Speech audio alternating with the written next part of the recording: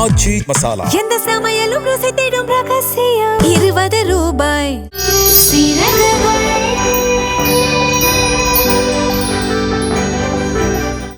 அத்தைக்கு என்ன அடிக்க உரிமை இல்லையா? அவங்க இடத்துல யாரா இருந்தாலும் அப்படிதான் கோவப்பட்டிருப்பாங்க. நீங்க என்ன அடிச்சதை நினைச்செல்லாம் கவலைப்படாதீங்க. விடுங்கத்த, அதெல்லாம் ஒண்ணும் இல்ல. ஆனா ஒண்ணு பார்வதி, நான் என் அம்மாட்ட அடி வாங்கின அளவுக்குலாம் நீ இன்னும் என் அம்மாட்ட வாங்கல. என்ன மாமா சொல்றீங்க? நீங்க அத்தை கிட்ட அடி வாங்கிருக்கீங்களா? அதெல்லாம் எக்கச்சக்கமா வாங்கியிருக்கேன். அத்தை கிட்ட அடி வாங்குற அளவுக்கு அப்படி என்ன தப்பு செஞ்சீங்க? ஏன்டா தயங்குற? அதான் பார்வதி கேக்குறாள்ல, சொல்லு.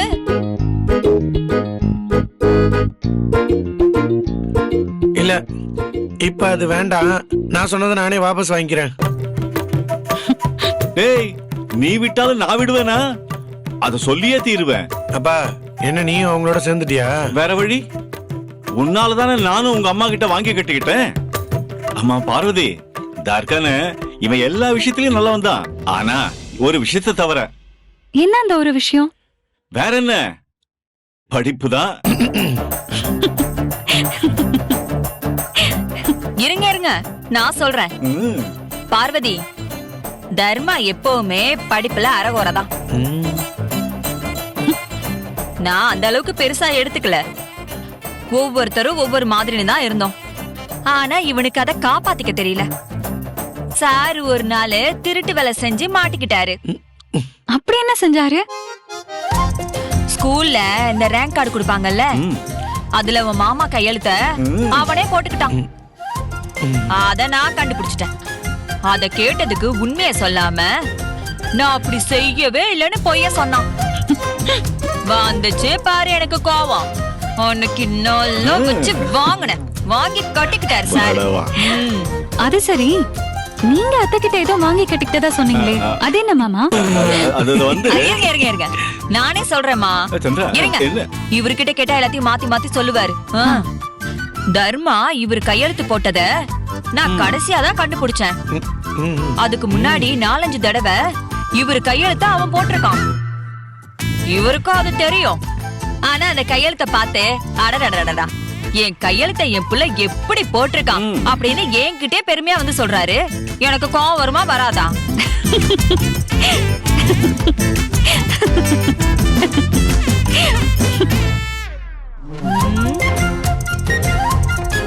ரெண்டு பேரும் எப்படி திரு திருன்னு முழிக்கிறாங்கன்னு பாத்தியா? சரியான கூட்டுக்கலவா நீங்க. சரி சரி போதும், அதான் சொல்லிட்டல்ல, அப்புறம் என்ன? அத்தை, வாஷிங் மிஷின்ல துணிலாம் போட்டிருக்கேன், அதை காய வச்சுட்டு வந்துடுறேன். சரியா? ஏமா எப்ப பார்த்தாலும் வேலை செஞ்சுக்கிட்டே தான் இருப்பியா? கொஞ்ச நேரம் உட்காருமா.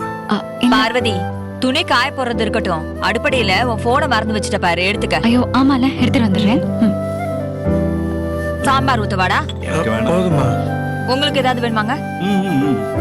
சாப்பிடு. ஏமா, இந்த கதையை இப்ப பார்வதி கிட்ட சொல்லி ஆகணுமா என்ன? நீ பண்ண திருட்டுத்தனத்தை சொன்ன, அதுல என்ன இருக்கு? இப்ப சந்தோஷமா இருக்கியா? உனக்கு இதெல்லாம் தேவைதான்டா. மாமா, என்னோடதுல சார்ஜ் இல்ல, சார்ஜர் சரியில்லை, விட்டு விட்டு சார்ஜ் ஏறுது. என் சார்ஜரு கடையில கிடக்கு.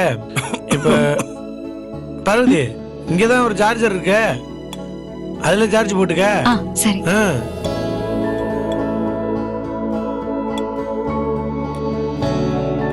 போதுமா? போதுமா? அத்தை, எனக்கு பசிக்கல, நீங்க சாப்பிடுங்க. எனக்காக நீங்க காத்துட்டு இருக்க வேண்டாம். இல்ல, நான் இப்ப சாப்பிட்டா நீ பசிக்காம சாப்பிடாமலே இருப்ப.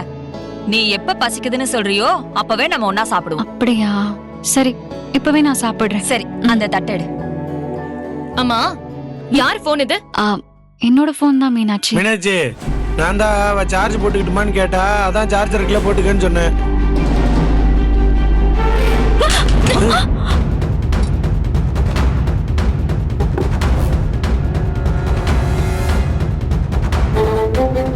நான் தான் என் போன் சார்ஜரை யாரும் யூஸ் பண்ண கூடாதுன்னு சொல்லிருக்கேன்ல.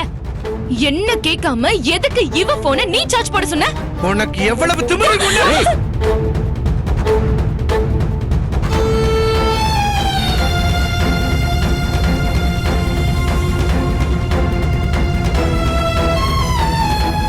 ஏதோ தெரியாம பார்வதி உன் சார்ஜரை யூஸ் பண்ணிட்டா. அதுவும் நான் சொல்லிதான் அவ சார்ஜ் போட்டா. அதுக்காக அவ போனை இப்படியா உடப்ப? என் சார்ஜரை நம்ம வீட்ல நான் யாரையுமே யூஸ் பண்ண விட மாட்டேன். நீ என்ன கேட்காம எப்படி அவ போனை சார்ஜ் போட சொல்லுவ? நான் சரியா கவனிக்கல. பார்வதி என்கிட்ட தான் சார்ஜர் வேணும்னு கேட்டா. நான் பார்த்தப்ப இங்க ஒரு சார்ஜர் இருந்தது. சரி அவ போனை இதுல சார்ஜ் போட்டுக்கிட்டுமேனு சொன்னேன். இது உன் சார்ஜர்னு தெரிஞ்சிருந்ததுன்னு வையே, சத்தியமா நான் போட சொல்லிருக்கவே மாட்டேன்.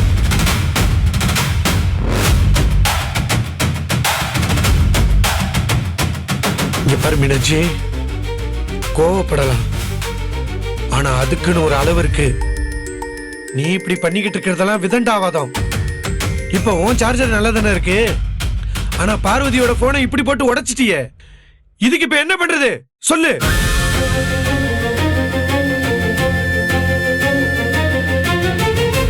சபாஷ்ன, கடைசில நீயும் இவளுக்காக என்ன அடிக்க கை வாங்கிட்டு வந்துட்டல்ல. அந்த அளவுக்கு இவங்க எல்லாரையும் மயக்கி வச்சிருக்கா. இவளை பத்தி முழுசா தெரிஞ்சுக்காம நீங்க எல்லாரும் இவளை தாங்குறீங்க. ஆமாடி, நாங்க பார்வதிய தாங்குறோம் தான். எங்களுக்கு அவளை பத்தி முழுசா தெரியாதுன்னு சொன்னியே, உனக்கு மட்டும் அவளை பத்தி என்ன தெரியும்? எதை வச்சுடி நீ அவளை இந்த அளவுக்கு வெறுக்கிற? எனக்கு தெரிஞ்சு பார்வதி இது வரைக்கும் எந்த தப்புமே செய்யல. எங்களுக்குலாம் அவ நல்லவளாதான் தெரியறா. உனக்கு மட்டும் அவ எப்படி தப்பானவளா தெரியறா? ஏன்னா இவளால எனக்கு தானே பிரச்சனை.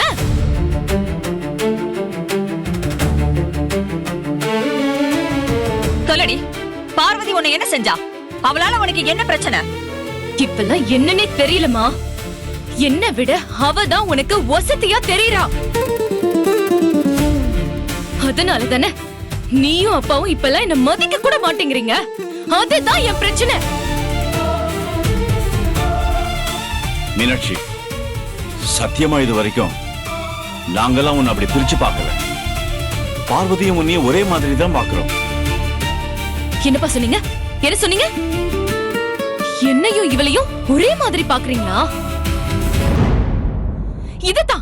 இதத்தான் நான் பிரச்சனைன்னு சொல்றேன்.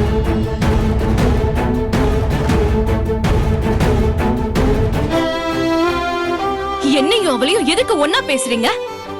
நான் நீங்க பெத்த பொண்ணு, ஆனா இவ எங்க இருந்தோ வந்தவ. இவளையும் என்னையும் ஒன்னா பார்த்தா அதை எப்படி என்னால ஏத்துக்க முடியும்? அப்படிலாம் பார்வதியை பிரிச்சு பார்க்காத மீனாட்சி. நான் தான் ஏற்கனவே உங்ககிட்ட சொல்லியிருக்கேன்ல, இவ்வளவு நம்ம வீட்டு பொண்ணுதான். அதை எப்படிப்பா ஏத்துக்க முடியும்? மீனாட்சி சொல்றதான் நானும் சொல்றேன். பார்வதியோட அப்பா உங்களுக்கு உதவி பண்ணிருக்காரு, அதுக்காக வீட்டுல அடைக்கலம் கொடுத்து வச்சிருக்கீங்க, அதெல்லாம் ஓகே தான். அதுக்காக இவளை இந்த வீட்டு பொண்ணுன்னு சொன்னா எப்படி? எங்களை ஒன்னா சேர்த்து வச்சு பேசாதீங்க, சொல்லிட்டேன். அவதான் பார்வையால பிரச்சனை அது இதுன்னு சொல்லிட்டு இருக்கானா? உனக்கு என்னடா வந்துச்சு? நீ எதுக்கு ஆரம்பத்திலே இவளை வேண்டாம் வெறுப்பா பாத்துட்டு இருக்க? மா, இதுல காரணம் சொல்றதுக்கு என்ன இருக்கு? ஏற்கனவே இந்த வீட்டுல இத்தனை பேர் இருக்கோம், இதுல இவ்வளவு பேரை எப்படி சேர்த்துட்டு இருக்க முடியும்? இதுதான் உன் பிரச்சனையா? அப்படின்னா இத பத்தி நீ கவலைப்பட வேணாப்பா. பார்வதிய நாங்க பாத்துக்கிறோம். உங்க 6 பேரையும் வளர்த்த எங்களுக்கு பார்வதி எப்படி பாத்துக்கணும் தெரியாதா என்ன? இவ சொல்றதெல்லாம் சும்மா உப்புக்கு சப்பான காரணங்க. இவனுக்கு பார்வதி பிடிக்காம இருக்கிறதுக்கு வேற என்னமோ காரணம் இருக்கு. மா, அதான் முதல்லயே சொன்னல, அப்படிலாம் காரணம் எதுவும் இல்ல. இவ இந்த வீட்டுல இருக்க கூடாது, அவ்வளவுதான். நானும் மறுபடியும் சொல்றேன், அவள் இந்த வீட்ல இருந்து அனுப்புறதுதான் நல்லது. இங்க வா, இவளை வீட்டை விட்டு அனுப்பணுமா? இவ நம்மள நம்பிதான் இந்த வீட்டுக்குள்ள வந்திருக்கா. உனக்கு வேணா பார்வதி வேண்டாதவளா இருக்கலாம், ஆனா அவளுக்கு நாங்க இருக்கோம், நான் இருக்கேன். பார்வதி இந்த வீட்ல ஏன் கூட தான் இருப்பா. நான் சொல்லாம அவ எங்கேயும் போக மாட்டா.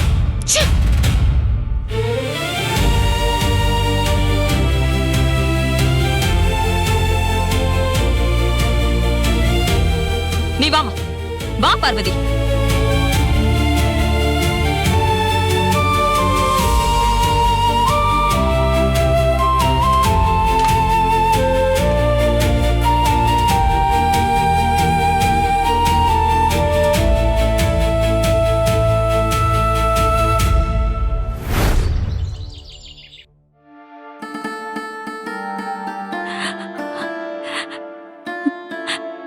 பார்வதி அழாத. மீனாட்சிய பத்தி தான் உனக்கு தெரியும்ல, விடு. நான் தர்மா கிட்ட சொல்லி உனக்கு வேற போன் வாங்கி தர சொல்றேன். அதெல்லாம் வேண்டாம் அண்ணி, நான் பாத்துக்கிறேன். இந்த வீட்ல ஒவ்வொருத்தரும் ஒவ்வொரு மாதிரின்னு நான் தர்மாவை பத்தி சொன்னேன்ல, அதே மாதிரிதான் மீனாட்சி நல்லவதான். ஆனா ரொம்ப பிடிவாதக்காரி. அவளுக்கு ஒரு விஷயம் பிடிச்சிருச்சுன்னா அது கிடைக்கிறதுக்காக என்ன வேணாலும் செய்வா. யாரையாவது அவளுக்கு ரொம்ப பிடிச்சிருச்சுன்னா எங்க எல்லாரையும் விட அவ தான் அவங்கள விழுந்து விழுந்து கவனிப்பா. ஆனா அதுலயும் அவளுக்கு ஏதாவது ஆதாயம் இருக்கான்னு எதிர்பார்ப்பா. அதுவே மீனாட்சிக்கு யாரையாவது பிடிக்கலன்னா என்ன ஆனாலும் அவங்கள சீண்டவே மாட்டா. கடைசி வரைக்கும் அவங்கள வெறுத்துக்கிட்டே தான் இருப்பா. யார் என்ன சொன்னாலும் அவ மனச அவ மாத்திக்கவே மாட்டா. அதுதான் அவளோட குணம். மீனாட்சிக்கு பிடிக்காம போற அளவுக்கு அப்படி நான் என்ன அண்ணி செஞ்சேன்?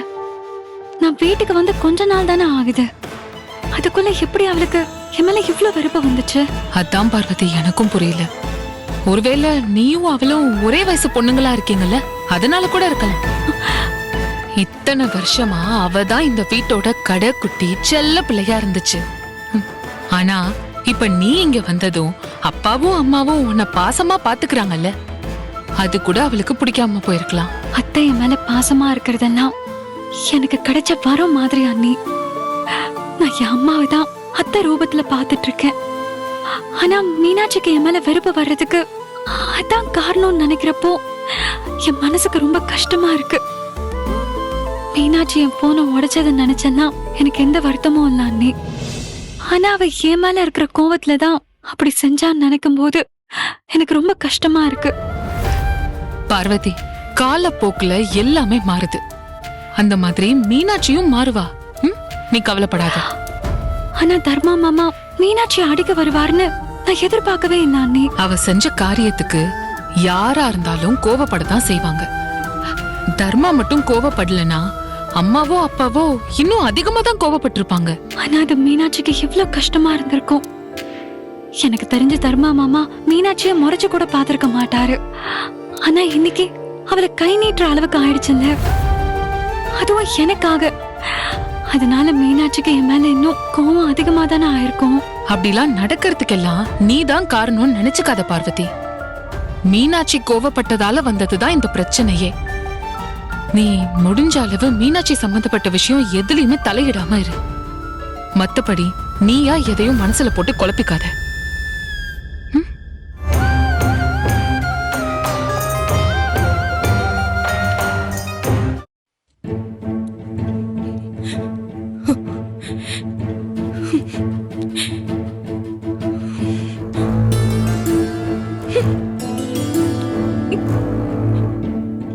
மீனாட்சி,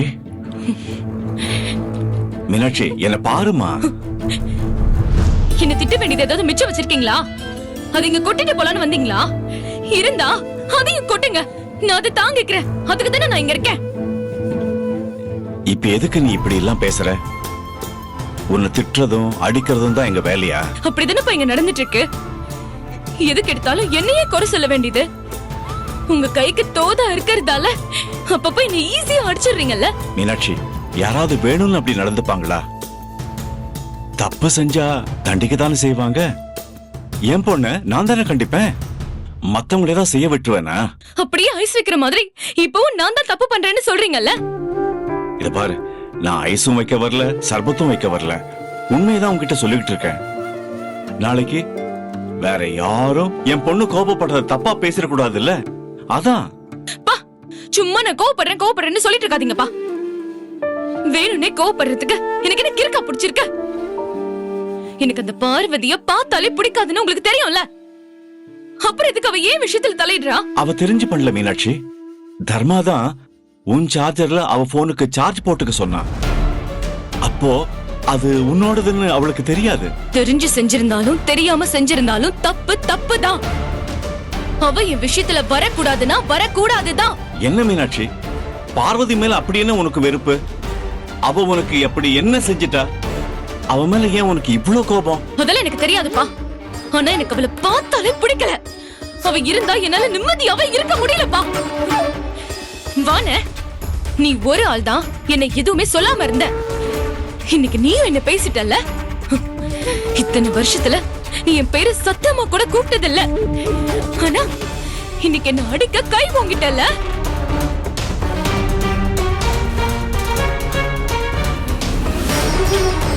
மீனாட்சி, நான் உன்னை அடிக்க கை வாங்கினது தப்புதான். என்ன மன்னிச்சிருமா. அண்ணே, நான் உன் தங்கச்சி. என்ன அடிக்கிறதுக்கும் திட்டுறதுக்கும் உனக்கு எல்லா உரிமையும் இருக்கு. ஆனா அத நீ யாருக்காக செஞ்சேன்னு நினைக்கும் போதுதான் என்னால பொறுத்துக்க முடியல. நேத்து வந்தவளுக்காக என்னையே எதிர்த்து நிக்கிறீங்களே.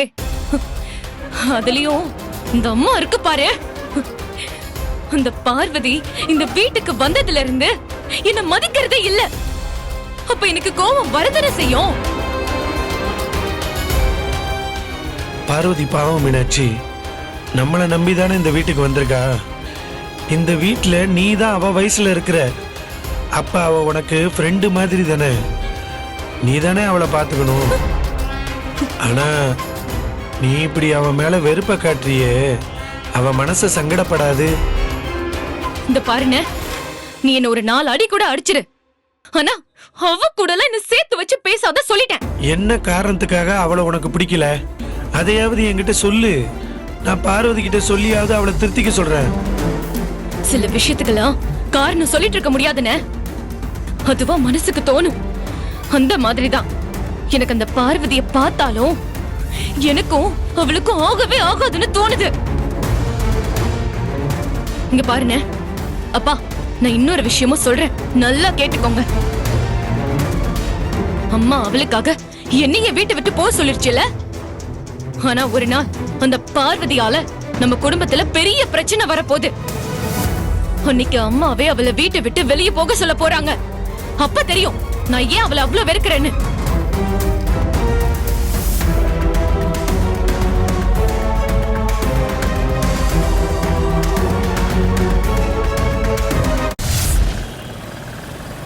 என்னடா பண்றது, ஊர்ல இருக்க பஞ்சாயத்தெல்லாம் தீர்த்து வைக்கிறதா நம்ம வேலையே. என்ன பண்றது, ஆரம்பத்துல இருந்தே பழகி போச்சு. வருமானமா டேய், இதெல்லாம் எதிர்பார்த்து செய்யறது இல்லடா, அதெல்லாம் ஒரு சமூக சேவை. இப்ப கூட ஒரு நண்பரை தான் பார்க்க வந்திருக்கேன். சரி, நான் அப்புறம் கூப்பிடுறேன். இப்ப எதுக்குடா வர சொன்ன, என்னதான் உன் பிரச்சனை? டேய், என் பிரச்சனை உனக்கு தெரியாதா? சும்மா தெரியாத மாதிரி ஓர சீனை போடாத. அதுக்குல மச்சான், எனக்கு நிறைய வேலை இருக்கு. இதுல உன் தங்கச்சி வேற, தினம் சமாளிக்கிறதே பெரிய போர்க்களமா இருக்குடா. ஏன்டா பேச மாட்ட? அந்த புள்ள வேலைக்கு போய் உன்னை உட்கார வச்சு சோறு போடுது இல்ல, நீ இதுவும் பேசுவ இன்னமும் பேசுவ. டேய், நான் என்ன வேலைக்கு போக மாட்டேன்னு நான் சொல்றேன், இருக்கிற வேலையை சமாளிக்கவே நேரம் பத்தலடா. இதுல எங்க இன்னொரு வேலையை நான் போய் பார்க்க. டேய், கொஞ்சம் நிறுத்துறியா? உன் கதை கேட்கறதுக்காக நான் இங்க வந்திருக்கேன். இன்னும் 2 நாள்ல எல்லாருக்கும் பணத்தை கொடுக்கணும்டா. எல்லா பக்கமும் இருட்டா இருக்க மாதிரியே இருக்குடா. என்ன யோசிச்சாலும் எந்த ஐடியாவும் வரமாட்டேங்குது. மச்சான், நானும் இதை விட பெரிய பிரச்சனையெல்லாம் பார்த்திருக்கேன். ஆனா அதை சமாளிக்க ஈஸியா ஒரு ஐடியா கிடைக்கும். ஆனா உன் பிரச்சனையில அப்படி ஒரு ஐடியாவே வரமாட்டேங்குதுடா. இந்த பாரு, நீ எந்த ஐடியா கொடுத்தாலும் அது எனக்கு தேவையில்லை. ஏன்டா அப்படி சொல்ற? அந்த லாட்டு சீட் ஐடியா நீ தானே கொடுத்த.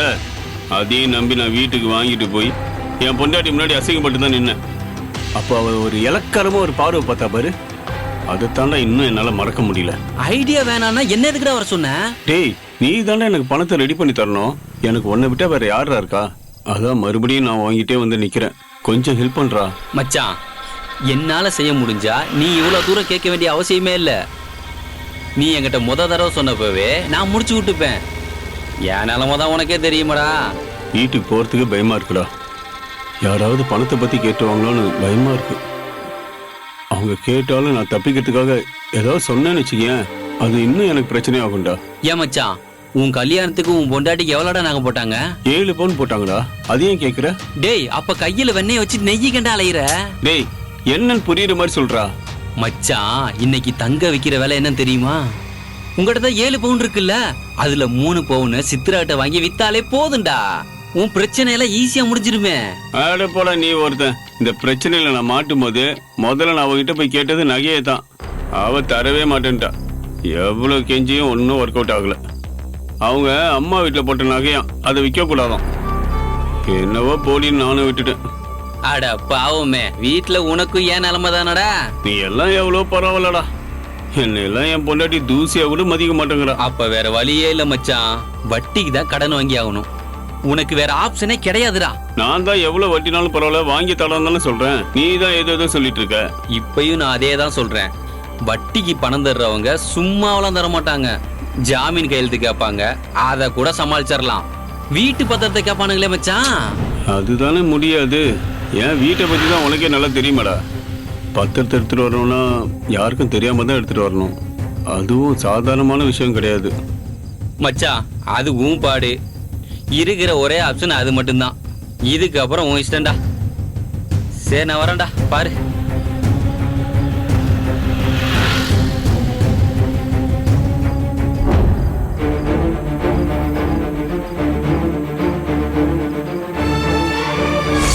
எனக்கு தெரிஞ்சு பார்வதி இது வரைக்கும் எந்த தப்புமே செய்யல.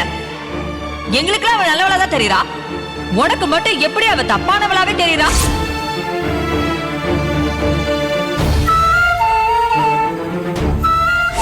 பார்வதி இந்த வீட்ல ஏன் கூட தான் இருப்பா. நான் சொல்லாம அவ எங்கேயும் போக மாட்டான்.